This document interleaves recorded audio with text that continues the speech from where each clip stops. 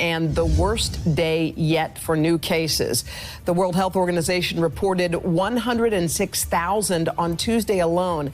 That, by the way, is the single biggest day since the outbreak began. Nearly half of those cases, 45,000, right here in the United States. In Norman, Oklahoma, a packed activity center. Students shoulder to shoulder with the city manager's blessing and few visible masks. Sights that signal a new appetite for risk as Americans try to turn the corner on COVID. Almost all 50 states are now partially reopened, from restaurants and retail to churches and casinos. And the first weekend beaches reopened in LA County, not stopping waves of people from crowding the water. This is the Galleria Mall, Houston, Texas. Like nothing happened. Where the hell is going on? No social distancing at all. Where's the mask? Where's the gloves? Yay! Woohoo! So we help fund the World Health Organization. We use it like everyone else does. They gave us a lot of very bad advice, terrible advice. They were wrong so much, always on the side of China. China paid $40 million last year, and we've been paying $450 million a year for many years. Somehow that doesn't work out too well. So I was thinking about bringing our 450 down to 40.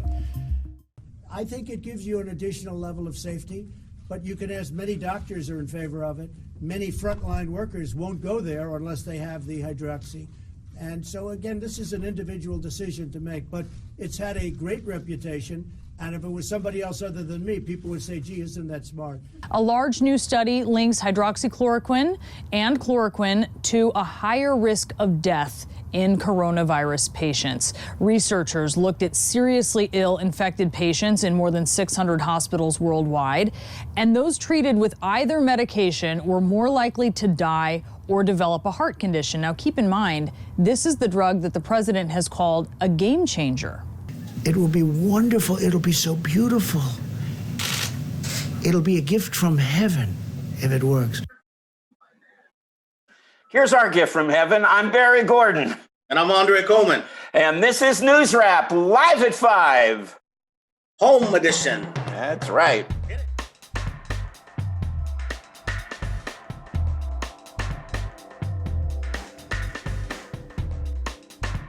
I don't know if you did either. Yeah.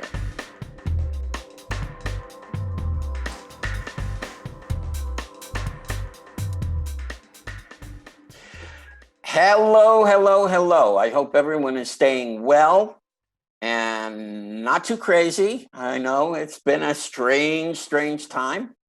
But we're still here. Here we are, man. Here we are. Yes, we are. Yes, we are. And the president has been taking hydroxychloroquine, and that's going to be very interesting. Yeah. Especially since they said that it affects people negatively who have heart issues and are morbidly obese, and he's 2 for 2. Yeah. So I thought he was a little more health conscious than that, but also maybe he that's could be what's just going to take it. Yeah, he could also be just completely lying to us too. We know that, right? I think that's a very strong possibility with this, Barry. Oh yeah. I know. I think he needed a distraction. I forgot which issue he needed a distraction for because there's so many. And it gave it to him because that's one of the problems I have with television media. They just immediately run with, he's taking it. Mm-hmm. And he lied a million times and nobody says, nobody even broaches. Do you think he's lying about this? Well, the most horrifying thing about the cold open, and again, we want to thank Hannah for just doing a wonderful cold open, but a horrifying one because, I mean, those pictures of people in bars and restaurants and, I mean, what are they thinking? Man, we are at 95,000 fatalities in this thing, getting close to 96. Yeah. We're probably already over 96, and we're just talking about 95,000 reported at the moment. And I think the World Health Organization on one day this week had more cases reported than any other day since the pandemic began. We saw that in cold open there. Yeah. we may be entering the apex of this thing at exactly the wrong time to reopen everything. And LA County, I think Tuesday or Wednesday, had its second most fatal day, 76 fatalities, one day this past week. Yeah. And on that same day, not to falter, because I do like her, Catherine Barger is saying, hey, we should open on July 4th.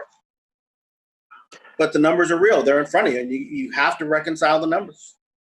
You really do. And you know, California is an interesting case to me because I think they're mostly doing the right things statewide. I think Newsom is mostly doing it. The problem that I have is he's not communicating it very effectively.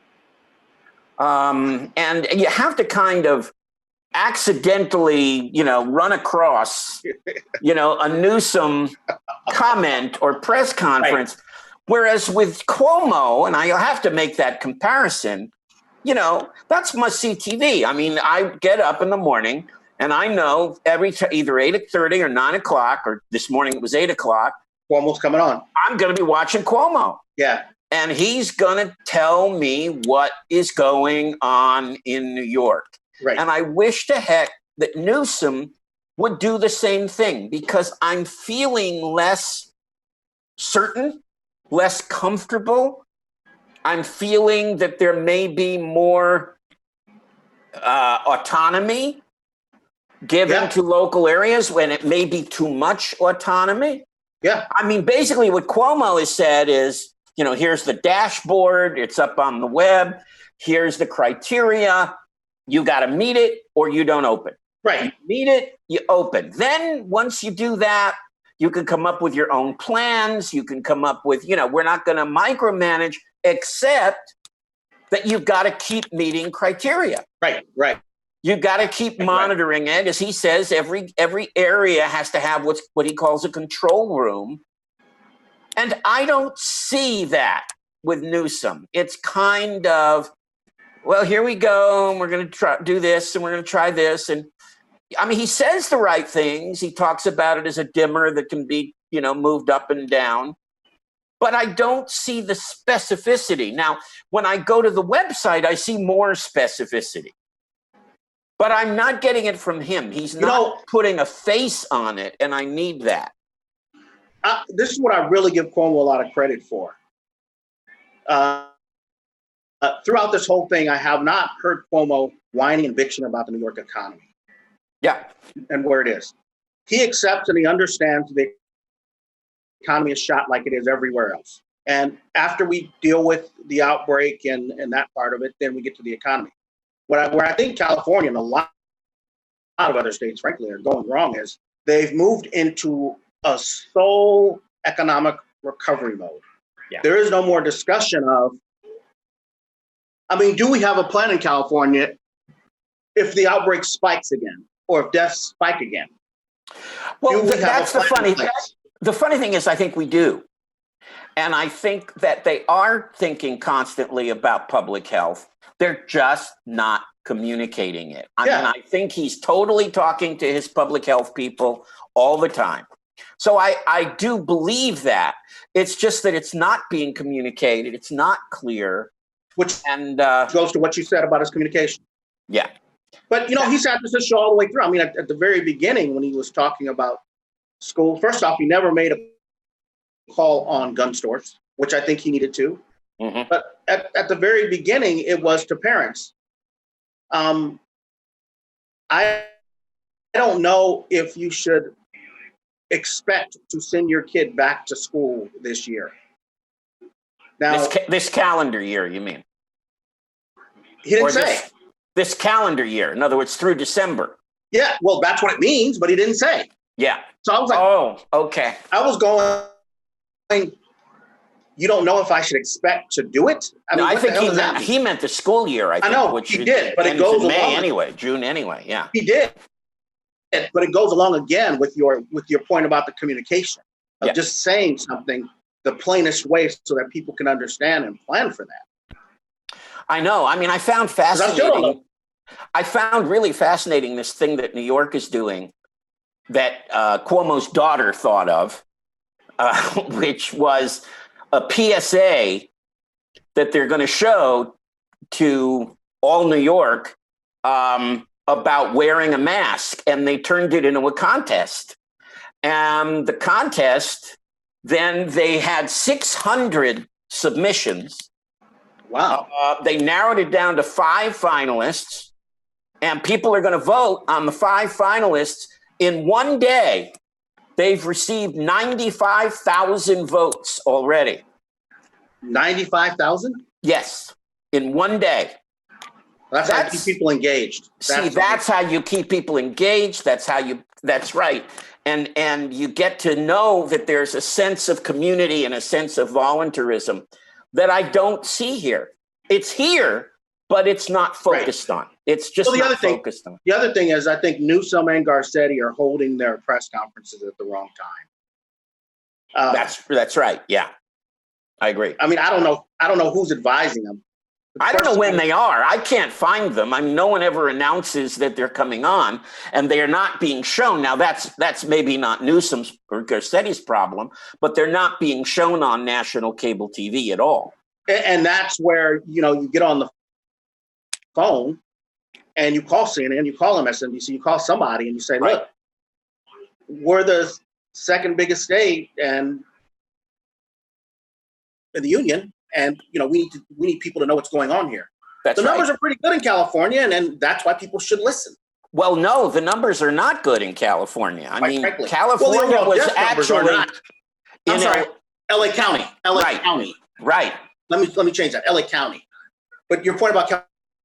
No, it's LA County that's the problem. Yeah, now it is. The numbers are bad. In fact, Birx talked today about DC, Chicago, and LA as the problem areas right now. And here we go, opening up. And I hope we don't, none of those pictures I don't think were from LA yet, which is comforting, but it's coming. But, when you have this rush to open, and in your rush to open, if you are not considering, you need to expect the worst case scenario with this. And if you are not expecting the worst case scenario, then, and if that comes, wham, and hits you upside the head, you got to be ready to make a move immediately. That's right. Well, actually, it's interesting. We've been talking more about local news and state news than we have national, because we've been really focused on California. Right. So we might as well use that as a segue to go to our local news brief. Let's do it. We still have to find a different name. name. Your local news brief for Friday, May 22nd, 2020. Pasadena now reports 790 confirmed COVID-19 cases in the city of Pasadena, with 79 virus-related deaths. On Wednesday, May 20th, the city experienced a single-day record high of 80 confirmed cases. Testing outside the Rose Bowl is still being conducted through appointment only. In a statement released by the city of Pasadena, Public Health Director Dr. Ying Go contacted the California Department of Public Health requesting more control over the reopening process. The statement reads, "We are capable and confident of ensuring adherence to all state requirements. We believe it is important to provide the latitude to exercise our local authority that the governor has conferred by his executive order." The California Department of Public Health has since denied Pasadena's request. Pasadena City Council is receiving mixed reactions in regards to the approaching minimum wage increase date of July 1st. Restaurant owners are pushing for a 2-year delay. Cantor's Deli owner, Mark Cantor, says that in times like this, an increase is bad for everybody. Cantor is quoted in a Pasadena Now article as saying, "It would just force businesses to either lay off more people or raise the prices. And the public doesn't have any money right now because they are not working." Minimum wage employees, especially those in essential worker roles, are advocating for the increase to go through as expected. Marta Salazar, a restaurant employee, is quoted in the same article as saying, "In times of pandemic and economic depression, we need more money in our pockets, not less." It is unfair and immoral that workers have to bear the burden all the time. As of now, minimum wage has not been agendized for Pasadena City Council to discuss. Los Angeles County Supervisors Mark Ridley Thomas and Catherine Barger plan to ask their board for an inspector general to oversee skilled nursing facilities. The motion will also call for an auditor-controller to monitor the facilities. According to an entry posted on Ridley Thomas's LA County webpage, the motion is a much-needed accountability measure. Pasadena Now reports that approximately 90% of COVID-19 related deaths in the city have come out of skilled nursing facilities. Councilmember and Vice Mayor Tyrone Hampton and Councilmember Victor Gordo have continuously called for an investigation on the health department's response to the city's related facilities. So, July 4th, huh? July 4th.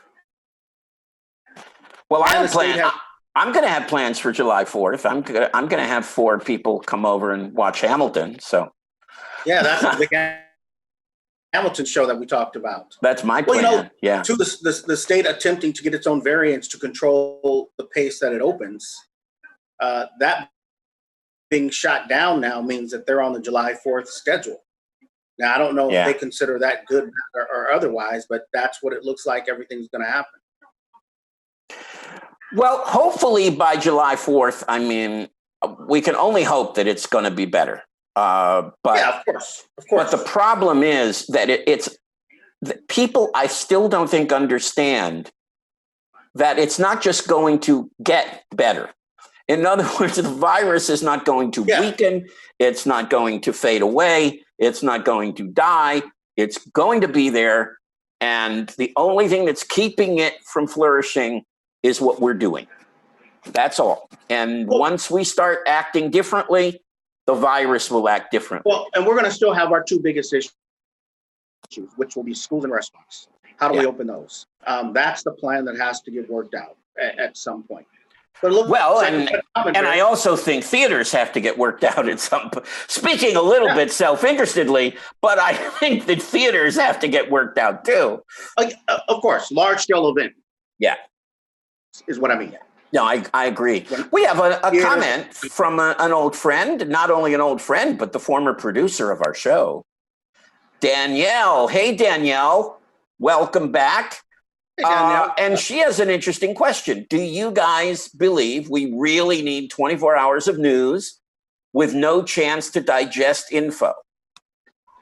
Well, I think you got to digest the info. I mean, you got to step away from it. I've been doing that. I just, well, I'm going to say this way. Quarantine. I'm going to break it down this way.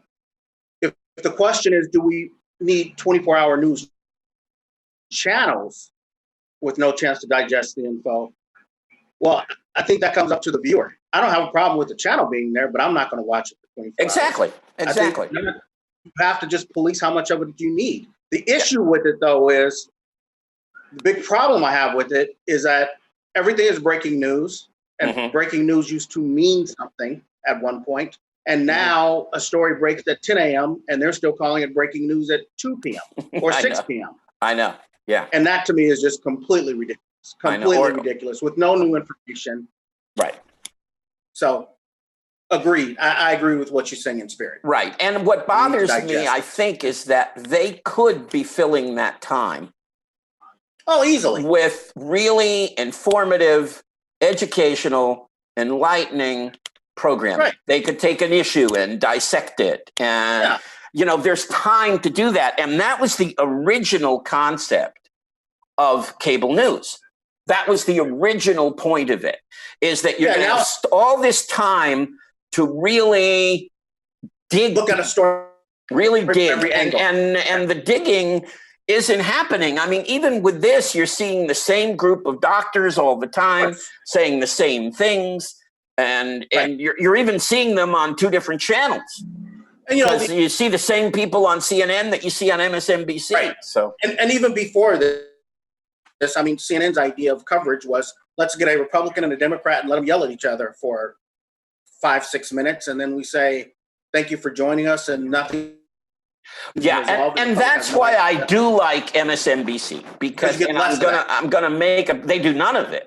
Right. They never do that. The only time I've seen that on that's occasion, a great thing. The only time I've seen that on occasion is on weekend daytime programming where they fall into a CNN mode more. But what they mostly have on are experts and journalists. And and when they have pundits on, they don't hardly ever have pundits fighting each other. It's usually, just one point of view, and that's fine. And they have had Republicans on, but they don't have them at the same time with Democrats. So it doesn't become let somebody have their say. Let them have their say. Let both sides have their say opposite each other, so there's no shouting and back and forth. Right. And I think MSNBC does that better. And I also feel when I watch MSNBC that I'm getting at least a little piece of print media, because they're digging into the stories that are in the New York Times and the Wall Street Journal and the Washington Post and the LA Times and the Boston Globe. They have the journalists on who write those stories. And to me, that's much more informative than pundits screaming at each other. Because, and then I know you want to switch gears, because when you have the reporters on who wrote it, you have journalists on, and you don't have people reading what the journalists wrote. So the journalists can always explain the backstory to the news because they've hopefully done some research and they're aware of the facts behind the story. Yeah. And I have a lot of respect for journalism and for journalists.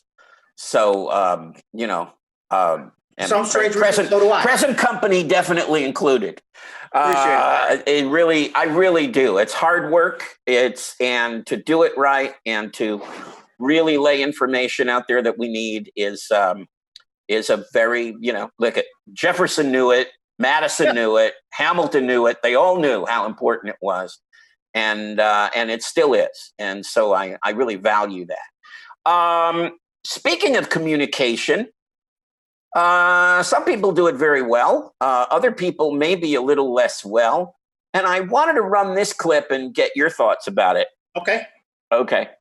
It's a long way until November. We got more questions. You got more questions, but I tell you, if you have a problem figuring out whether you're for me or Trump, and you ain't black. It don't have nothing to do with Trump. It has to do with the fact I want something for my community. I would love to see. Take a look at my record, man. I extended the voting rights 25 years. I have a record that is second to none. The NAACP has endorsed me every time I've run. Come on. Take a look at the record.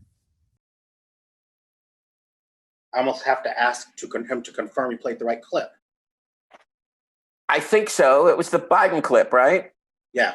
Yeah. Okay. Yeah, it was. Yeah, we couldn't hear it back here. So yeah. Thoughts, Dre? Come on, man. You gotta have something to say. Come on, man. I mean, he drives me nuts with that. Come on, man. Let me set it up, though. Go ahead. All right. Why are you asking me my thoughts? I know the answer, but I want you to say it because it's part of my answer. Go ahead. Because you want a black person to respond to it. Because I do, especially one that. Well, that's the whole. Is supporting Biden. Point. I'm supporting Biden. You're supporting Biden. So. I'm supporting. What do we do with this? Look, that's the first thing that comes to mind. Why is Joe Biden making any comment about who's black and who's not? Yeah. Okay, that's the first point. Second point, we don't need these sheriffs. We don't need race sheriffs to decide you're not black, you're this, you're kind of black. Right.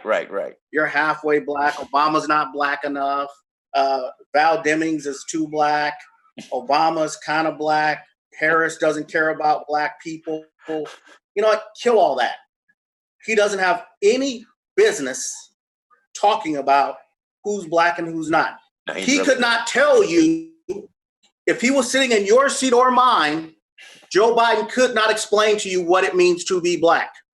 And I can explain to you what it means to be black for Andre Coleman and the Coleman family and our experience. Well, but I cannot tell you what it means for Danielle. I cannot tell you what it means for Barack Obama or any of the other black people who are not me. Yeah. Now, we've all faced racism. Right. So, right. But Now, will this hurt his chance of winning amongst black people? No, because there are a lot of black people who feel exactly how Joe Biden feels on the issue. Well, because to play devil's advocate, what he was saying very inartfully, was that no black people should be voting for Donald Trump. That's basically what he was saying. I completely agree with that. I agree with that point. But to say you ain't black. Right. That's why I say inartfully.